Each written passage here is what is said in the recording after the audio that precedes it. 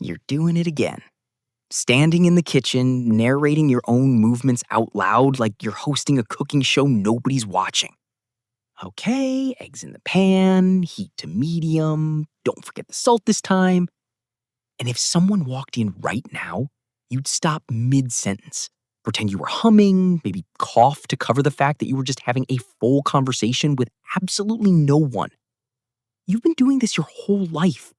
In the car, in the shower, walking through the grocery store, muttering your shopping list back to yourself like a quiet little mantra.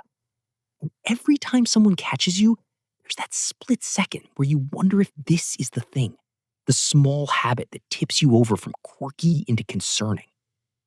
But here's the question nobody asks out loud. If talking to yourself feels crazy, then why does almost everyone do it? Because they do. You're not the outlier.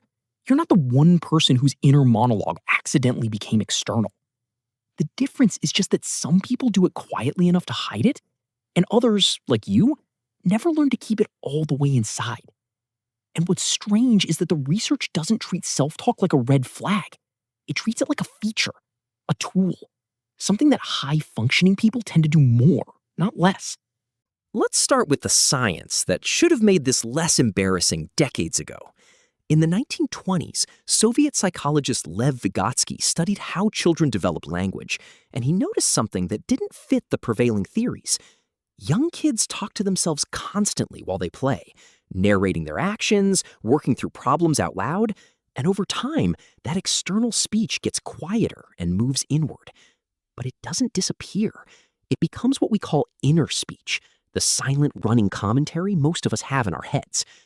Vygotsky argued that talking to yourself isn't a regression or a breakdown. It's actually the foundation of higher-order thinking. It's how we organize thought, plan behavior, and solve problems. And here's the part that matters. For some people, that process never fully went internal. Or it did, but it keeps slipping back out when the cognitive load gets heavy. And there's a reason for that. In 2012, psychologists Gary Lupien and Daniel Swingley ran a study where they asked people to find objects in a cluttered space. Half the participants were told to search silently. The other half were told to say the object's name out loud while they searched. The people who talked to themselves found the objects faster, significantly faster. Verbalizing the task didn't just remind them what they were looking for. It actually activated a stronger mental representation of the object. Made it easier to recognize, cut through visual noise. Saying the word banana out loud while scanning a grocery shelf makes your brain better at spotting bananas. It sounds almost too simple to be true, but the effect held across multiple studies. Your brain responds to the sound of your own voice. It takes you seriously. So, talking to yourself isn't just venting into the void. It's a form of cognitive scaffolding. You're essentially building a structure outside your head to hold thoughts you'd otherwise have to juggle internally. And that matters, because working memory, the mental space where you hold information temporarily, is limited. Psychologists estimate most people can hold around 4 chunks of information at once before things start slipping. But when you speak a thought out loud, you offload it. You're not just thinking it anymore. You're hearing it, processing it as external input. And that creates a feedback loop that strengthens encoding and makes complex sequences easier to follow. You talk yourself through the recipe because keeping all 7 steps in your head at once is harder than keeping 2 in your head and 3 in the air as spoken reminders. But it's not just about memory. Self-talk changes how you perform under pressure. In 2014, psychologist Ethan Kross published research on something called self-distancing, the way people talk to themselves in high-stress situations. He found that people who used second-person or third-person self-talk, "you can do this," or "she's got this," performed better on anxiety-inducing tasks than people who used first-person, "I can do this." The shift in perspective, even just linguistically, created psychological distance from the stress.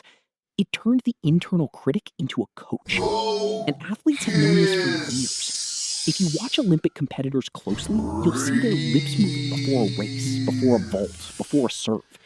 They're not praying.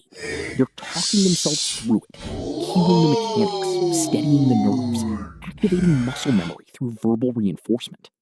Now, here's the uncomfortable part. Because we can't talk about self-talk without acknowledging the stigma. You know it's there. You felt it. The quick glance when someone hears you muttering in the cereal aisle. The joke someone made once about how you were having a full conversation with yourself. The cultural script is pretty clear. Talking to yourself in public reads as strange, potentially unstable, maybe lonely. And part of that comes from a very old association between audible self-talk and mental illness, specifically conditions like schizophrenia, where people experience voices they can't control. But that's not what this is. The self-talk we're describing here is voluntary, directed, functional. You're not hearing a voice. You are the voice. And the research consistently shows that people who engage in regular self-talk tend to score higher on measures of focus, problem-solving, and emotional regulation, not lower. But the judgment is real, and it's worth sitting with that, honestly. Because even if the science says you're fine, the social cost of being overheard still registers. People do make assumptions. And if you're someone who talks to yourself often and openly, you've probably adjusted your behavior in response. You've learned to mutter just under your breath. You've perfected the fake phone call so it looks like you're talking to someone. You've caught yourself mid-sentence in public and turned it into a cough or a hum. Anything to avoid being the person having a loud debate with themselves in the frozen food section. That adaptation is rational. You're responding to a real social cue. But it's also a shame, because what you're hiding is actually a strength. Here's the reframe that matters. People who talk to themselves aren't failing to keep their thoughts private. They're using a cognitive tool that most people have access to but don't fully exploit. You're not broken. You're not lonely. You're not sliding into some socially unacceptable behavior pattern. You're thinking out loud, because out loud works. And the people who perform at the highest levels, athletes, surgeons, pilots, programmers, they do this all the time. They verbalize steps. They narrate problems. They talk themselves through high-stakes moments because it works better than trying to hold everything silently in working memory. The difference is they do it in contexts where it's expected or where no one's watching. You're just doing it everywhere. And maybe that's the real story. The habit isn't the problem. The hiding is. Because every time you stop yourself mid-sentence because someone might hear, you're not protecting your reputation. You're cutting off a process that was helping you think more clearly. You're sacrificing cognitive efficiency for social camouflage. And for what? To avoid a glance? A joke? The quiet concern of someone who doesn't understand that self-talk and inner dialogue are the same thing, just running on different channels? You're not talking to yourself because you're alone. You're doing it because your brain is busy, because you're working through something, because language is the tool humans use to organize chaos into meaning. And sometimes that tool works better out loud. The people who never talk to themselves aren't quieter because they're more composed. They're quieter because they either internalized it earlier or because they're not processing as much. And that's fine, but it doesn't make your version wrong. You're not losing it. You're narrating it. And that's not a symptom. It's a strategy. If this hit home, go ahead and subscribe. I've got more videos coming on the things we do that feel weird, but turn out to be completely wired in. I'll see you in the next one.